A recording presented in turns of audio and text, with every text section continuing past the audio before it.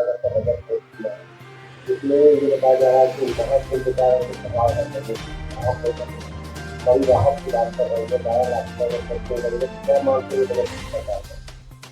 दरअसल जो सरकार सत्ता शासन में रहती है, उसके अपने एक दृष्टिकोण होते हैं।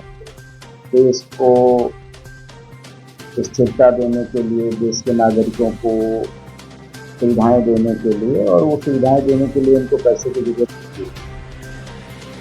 जो आपने कुंभ की बात कही है, तो कुंभ में तो रेवेन्यू जनरेशन का काम इस तरह से हो रहा है कि कई जो एक्सपर्ट्स संस्थाएं हैं, उन्होंने बताया कि उत्तर प्रदेश की जीडीपी 2% बढ़ी। अब इसमें कितनी सच्चाई है कितनी नहीं है, लेकिन ये अवश्य है कि कुंभ का जो आयोजन सरकार ने किया, वो लोगों की आस्था के विषय में कोई भी टिप्पणी करने से बचना चाहिए, इसलिए इस पर तो मैं नहीं बोलूँगा। लेकिन जो बजट पेश हुआ है, उस बजट में 2-3 चीज़ें एडजस्ट होती हुई दिखाई पड़ी। वो पिछले बजट से भी वो टेल कर रहा है, मिलते हुए है। पहली चीज़ ये है कि ग्लोबल वार्मिंग, मनुष्य मानव जात के लिए खतरा है ग्लोबल वार्मिंग। ग्लोबल वार्मिंग कम करने के लिए ग्रीन और क्लीन एनर्जी की जरूरत है। उसमें सरकार ने बैटरी चालित गाड़ियों पर आयात भी घटाया, बैटरी पर आयात घटाया, और बैटरी के देश में ही निर्माण करने के लिए उन्होंने बजट का प्रावधान किया है। वो पूरे देश को ही नहीं, देश के लोगों को नहीं, पूरी दुनिया के लिए अच्छा कदम है, उसमें कदम। मध्यम वर्ग अभी सबसे ज़्यादा पिस रहा था, उसको दाल का भी, चावल का भी, आटे का भी जो दाम था वो काफ़ी उनकी रीच से बाहर जा रहा था। वो तकलीफ में थे। नौकरी पेशा लोग हैं या खेती किसानी करने वाले लोग हैं, तो उसको थोड़ा सा दूसरी तरह से हम देखते हैं। ये किसानों से जुड़े हुए प्रोडक्ट हैं, इनके रेट बढ़ने चाहिए, क्योंकि किसान आंदोलन बहुत तेज़ी से चल रहा है। उस पर रेट कम करने पर, अगर इसका रेट कम किया जाएगा तो डेफिसिट गड़बड़ाएगा। तो जो अनाज किसान दे रहे हैं उसका तो उनको एमएसपी चाहिए। तो ज़्यादा पैसे में अगर अनाज, जैसे गेहूँ खरीद कर आटा सस्ता नहीं बिक सकता, अब जब गारंटी दे रहे हैं मिनिमम प्राइस की, और किसान इतने आंदोलनरत हैं, और उस सेक्टर में कम होना भी नहीं चाहिए, क्योंकि जो मिडिल क्लास है, मिडिल क्लास की जो तनख्वाह है, तो स्टेट गवर्नमेंट ने भी और सेंट्रल गवर्नमेंट ने उनकी तनख्वाह में काफ़ी बढ़ोतरी, काफ़ी इजाफा किया है। और हम लोग जो अनुभव करते हैं कि जो लोअर मिडिल क्लास और लोअर क्लास के लोग, उनकी जो पर डे की इनकम थी वो भी सरकारों ने बढ़ाई है। हाँ, ये तो हमेशा चलता रहेगा, थोड़ी सी कठिनाई आएगी, लेकिन जो सरकार ने टैक्स स्लैब बढ़ा दिया, इंक्रीज कर दिया, 12 लाख रुपए कर दिया, तो वो 12 लाख रुपए करने से एक बड़े वर्ग को उन्होंने पकड़ा। बाजार के रेट में किसी भी सामान के रेट में कोई फर्क नहीं आया।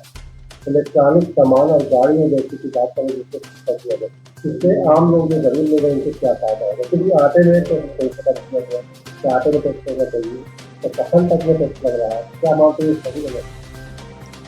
बजट में अगर आप ये कह लीजिए कि जो बजट के टैक्स लग रहा था वो हटाया नहीं, तो टैक्स तो हम दे ही रहे थे, टैक्स बढ़ाया नहीं। अब क्या है कि किसी भी सामान की कीमत बाजार निर्धारित करता है, कच्चा माल, उसका ट्रांसपोर्टेशन, और बीच में जब आप आते हैं जो ट्रेडर्स होते हैं, उनके सबके उसमें हिस्सेदारियाँ रहती हैं। तो इस स्थिति में जैसा आमदनी हो रही है, जैसे आप कलेक्टर रेट देखिए, मजदूर का जो कलेक्टर रेट है, जो उसको तनख्वाह मिल रही है, जो रोजगार गारंटी है, सबसे निचले तबके की बात कर रहे हैं, उनको रोजगार के पर्याप्त अवसर दिए। और सरकार ने एक बड़ी चीज़ ये की कि आपको स्टार्टअप्स बनाए, आप गार्डनिंग का काम करिए, स्किल लेबर तैयार करें, आप ड्राइवरी का काम करिए, हर जगह आपको पर्याप्त सैलरी है, तनख्वाह है, और हर आदमी कहीं न कहीं से गरीब हो या अमीर हो, किसानी से जाता है। तो उद्योग और रोजगार से कोई बड़ी बात नहीं हो रही, क्या मानते हैं रोजगार जरूरी? रोजगार बहुत ज़रूरी है और रोजगार मिलना चाहिए।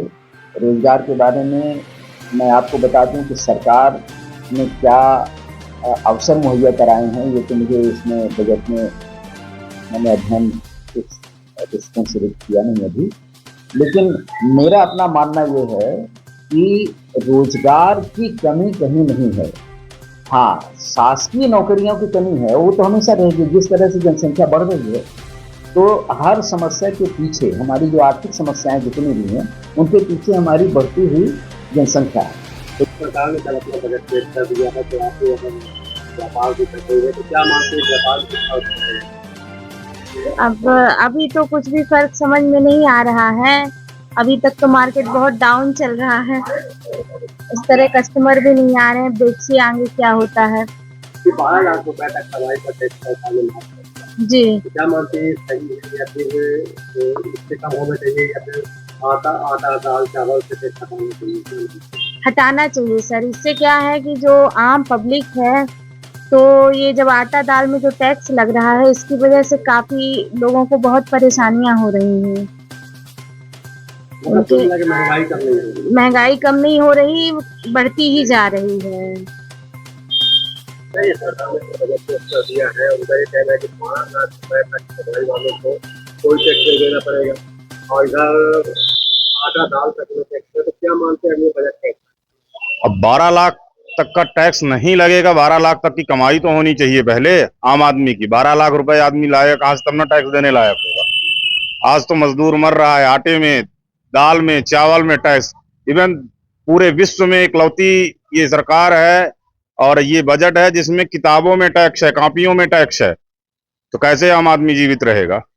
ये रोजगार के लिए तो उसमें कुछ बोला ही नहीं गया है पूरे बजट में। ये समुद्री व्यापार को पे टैक्स कम कर रहे हैं, उससे आम जनता का क्या लेना देना? क्या मानते हैं ये टैक्स कैसा है? टैक्स ये पूरी तरह से पूंजीपतियों के लिए है। ये बजट पूंजीपतियों के लिए है, आम जनता के लिए इसमें कुछ नहीं है। सरकार ने अपना आम बजट पेश किया है, इसमें सामान्य वर्ग के जो लोग हैं उनके लिए महाकुंभ का उपहार बता रही है। क्या मानते हैं आप ये बजट कैसा? देखिए, केंद्रीय बजट जो वर्तमान में जारी किया गया है, इस बजट में आम आदमी की राहत की बात की जा रही है, वो गलत है।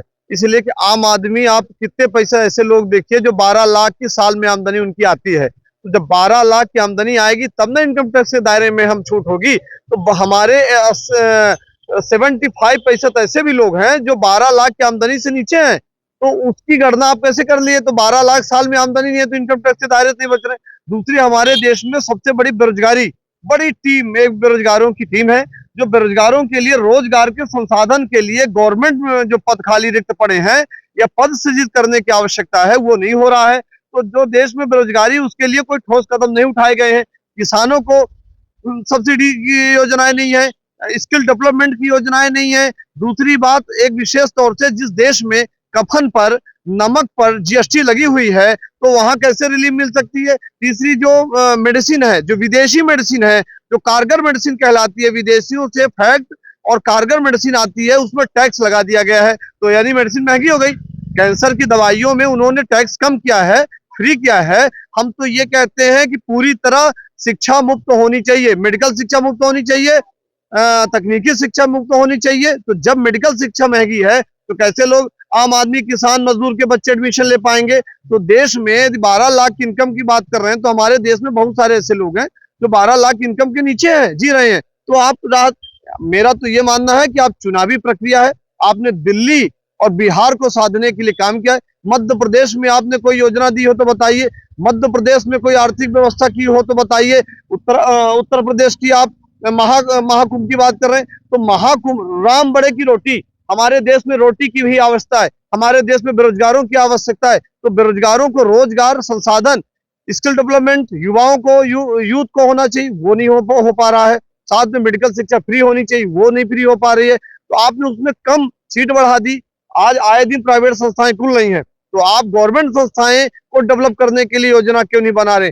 प्राइवेट निजीकरण क्यों कर रहे? तो निजीकरण में एक व्यक्ति का लाभ होता है, व्यापारियों को लाभ होता है। तो सरकार ने व्यापारियों को लाभ देने के लिए काम किया है। बेरोजगार युवाओं को रोजगार के संसाधन उपलब्ध कराने में सरकार ने काम नहीं किया है, बल्कि हम ये कह सकते हैं कि ये समसामयिक, समन्वयवादी बजट है जो देश में लागू किया गया है। युवाओं को जरूर ठगा गया है। युवा उद्यमी किसानों को रोजगार के लिए संसाधन बनाने के लिए, उनको सब्सिडी देने के लिए ये व्यवस्थाएं नहीं है। सरकार ने अपना बजट पेश किया है और उनके कहना है कि सामान्य वर्ग के लोगों के लिए ये आप क्या मानते हैं बजट कैसा? बजट तो मैंने पूरा अच्छे से देखा नहीं है, बट इतना ही कहना चाहूँगा कि रोजगार जनरेट करें तो अपने आप सारी स्थितियाँ सामान्य हो जाएंगी। बजट पेश करने से पहले 2 दिन पहले सोना चांदी और कई चीजें महंगी हुई है, तो ये कह रहे हैं कि जो 12 लाख रुपए तक सामान्य लोगों को टैक्स माफ रहेगा, तो क्या वो बाजार से सरकार सीखना चाहती है या कुछ ऐसी मानता है? अब उनका जो स्लैब है वो पूरी तरह स्पष्ट भी नहीं है, और मतलब जैसे 4 लाख तक जैसे ही आप इनकम आगे जाते हैं तो 5% है, ये है। तो मतलब ये स्टेटमेंट जो पूरी तरह कहना कि 12 लाख तक फ्री है, ये तो वाजिब नहीं समझ में आता है। ये खाने की रोटी और जैसे कि भाई साहब ने कहा कफन तक में टैक्स लगा, तो क्या ये नहीं होना चाहिए था कि उनमें जो चीजें हैं इन चीजों कम से कम थोड़ा टैक्स करता? अब टैक्स का जहाँ तक सवाल है, एक तरफ तो सरकार आरटी के तहत फ्री शिक्षा की बात करती है, और उसके विपरीत जो निजी विद्यालय हैं उन पे वो सिक्योरिटी डिपॉजिट जमा कराती है। तो या तो आप पूरी तरह फ्री, जब आप चैलेंज मतलब दावा करते हो कि आरटी शिक्षा पूरी तरह फ्री होनी चाहिए, तो आप बाकी जगह भी रिलैक्सेशन दो ना, नहीं तो फिर ऐसे में तो जो व्यवस्था है वो उतनी दुरुस्त नहीं बन पाएगी। कुल मिलाकर आप मानते हैं कि बेरोजगारी एक बड़ी समस्या है? बिल्कुल साहब, जब इनकम ही जनरेट नहीं होगी, भाई आपका जो अर्थव्यवस्था है वो कहीं ना कहीं इनकम पे डिपेंड है ना। भाई घर में जब आमदनी नहीं आएगी तो खर्चा आप क्या करोगे? या तो फिर उधार लेके आप काम चलाओ, मतलब घी पियो, उधार लेके घूप पीने वाली बात हो गई है। तो और प्रति व्यक्ति मेरे ख्याल से कर्ज काफी बढ़ चुका है। 3 लाख प्रति व्यक्ति मध्य प्रदेश का कर्जदार है। हर बच्चा जो पैदा होता है वो कर्जदार ही है। क्या नाम था? मेरा नाम विवेक पांडे।